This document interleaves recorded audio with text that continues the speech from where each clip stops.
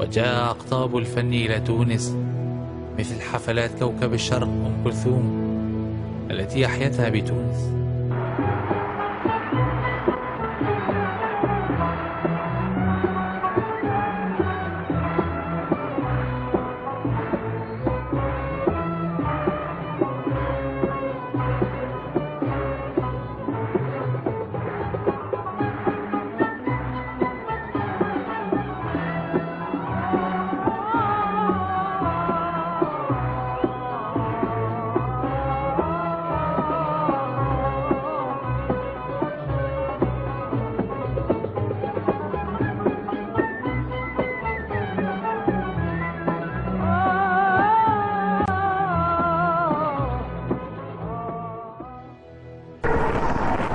أنا عمري ما شريت قصور ولا عملت شيء ليا.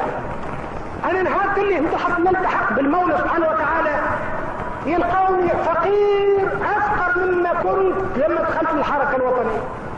والله ما عاد نكسب شمر في عرض، حتى في المستير ما عادش نكسب. اللي يكسبني الكل أعطيته. أنا أعطيت دمي ولحمي ودماغي وفكري.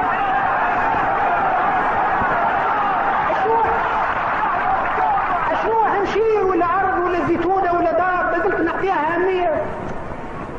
اللي اكتتبوا به هو الدار اللي وقع فيها اكتتاب من الشعب وقت اللي يكون في فرنسا باش يعطيوها هذه هذيك اعطيتها باش يقراوا فيها ويدرسوا فيها البنات.